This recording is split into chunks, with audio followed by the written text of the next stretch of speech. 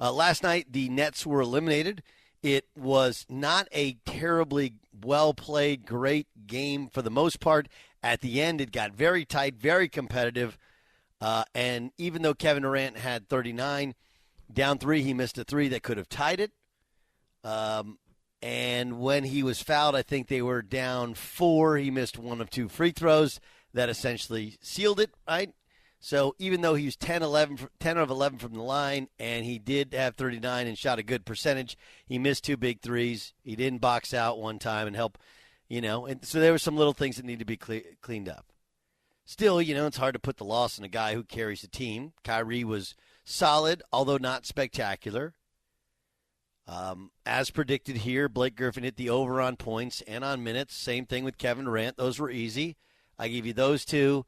And the Celtics to win and cover. They were underdogs, so you hit them on the money line, and all of those worked for you. So it's a what now for the Nets. It's a what now for the Nets. Here's Kyrie Irving looking forward. In terms of my extension, man, I don't really plan on going anywhere, so this is added motivation for our franchise to be at the top of the league for the next few years, and I'm just looking forward to the summer and just building with our guys here.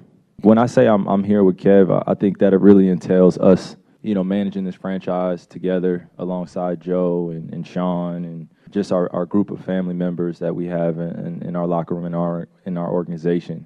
It's not just about me and Kev. I don't want to make it just about that. We're cornerstones here, but, we have a few other guys that are on contract, and I think we just got to make some moves this offseason, really talk about it, and really be intentional about what we're building and have some fun with it, make it enjoyable, and hopefully we get to start from day one just as a squad and as a family, and we just really worry about us together as a squad. I just think we need to be tougher mentally, just more honest about what we want to accomplish, and just stick to the goal, stick to the mission.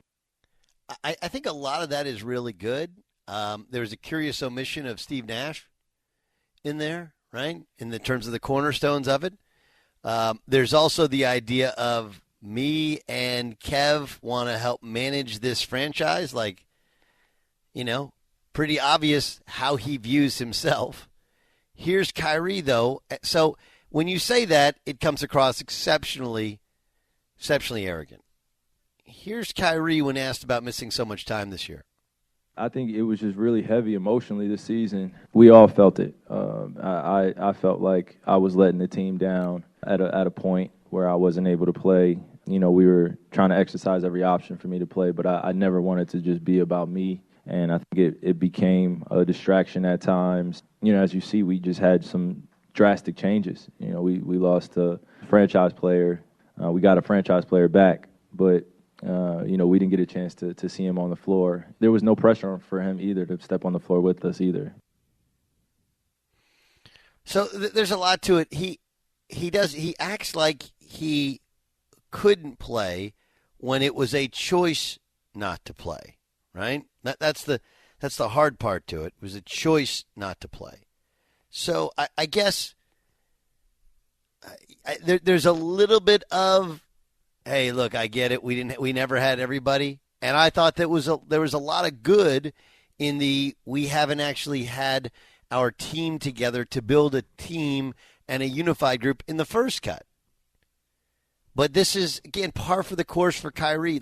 He says and wants a lot of the right things and understands what was not done, yet he's not willing to make the sacrifices to do it. And that is next generation 101, right? And it's not all Kyrie's fault. It's not all younger people's fault.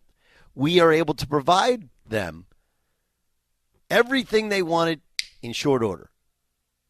Oh, you don't want to wait in line for Chipotle? Don't worry. Here's the app. It's ready for you. Same thing with Starbucks. Same thing with the Mendocino Farms, or you pick the chain or whatever, right? Nobody wants to wait for everything. It's the same way in sports. You don't want to sit on the bench? Don't worry. Transfer portal. Oh, guess what? You don't want to sit out for a year? Don't have to sit out for a year. No problem. Done. Anything you want, done. Don't like the team? Switch teams. You get to play. It's the immediacy to it. And I think that's a big thing for Kyrie. It's a big thing for this team, this group, was they thought, put it together, and it would work. And now Kyrie's like, man, we just need to be a team, need to be more intentional, need to be more focused, need to have more time together. Like, okay, yeah, all those things were on the table this year. You simply need to get vaccinated. That's it. That's what you needed to do. You know? And I just, like, no one wants to hear this because we talk about religious and personal freedoms. You do. You have the ability, if you're a practicing Muslim or even if you're not, anybody is allowed to fast, especially for a holiday like Ramadan. You are. But you also have an entire organization. You want to be a cornerstone organization. At this point in time of the year, you have to be at your best. And there is no way you can tell me that's the best of Kyrie Irving. Right? And he didn't play the first half of the year because he didn't want to get vaccinated. Then he didn't play for parts of the second half of the year because, again, didn't want to get vaccinated. Then you get to the playoffs, and he wants to fast. I just, I understand. There are holidays, there are Jewish holidays that people won't miss, will miss sports for. Sandy Koufax famously, obviously, missing for Rosh Hashanah and for Yom Kippur. Got it. I'm Jewish. I understand. But if I'm a cornerstone of a franchise, if I have people's livelihoods at stake, I'm sorry, I'm not missing a game. I'm sorry, I'm not fasting and it's not like you fast for a day. Anybody you can play if you fast for a day. You're hungry, but you're not weak. You fast for a month, you're not the same. You're just not. So this is not a hate on Kyrie. I think he's immensely talented. But he's just all over the place with his thoughts. And he thinks he sounds like I nailed it. I want to be part of this. I want to stay. I want to resign. It's me and Kevin. We got Ben under contract. I want to work with ownership and management. You didn't mention your coach. Okay?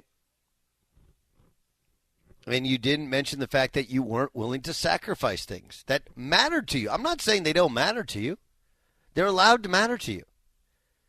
But when there are rules in place and collectively bargained upon and ruled upon, with the vaccine, and you didn't do it, this is what happens. The New York City rule didn't seem to be equitable. I understand why they did it. It didn't, but it was pretty obvious. If you wanted to play, you had to get vaccinated. He chose not to. Then he's like, man, can't believe we weren't a cohesive unit because we were never together. Like, that was on the table. That was on the table. But to anyone who says, hey, you need a major fix, you need to move a bunch of pieces, just look across the hallway at the other team, the Boston Celtics. Not only were they a mess this season for the first couple months, they were a mess last year. With Brad Stevens as their coach, okay, with the same two star wings, with the same point guard, and they figured it out, and they changed, and now they swept you out of the playoffs, and I think they're going to beat the Bucks.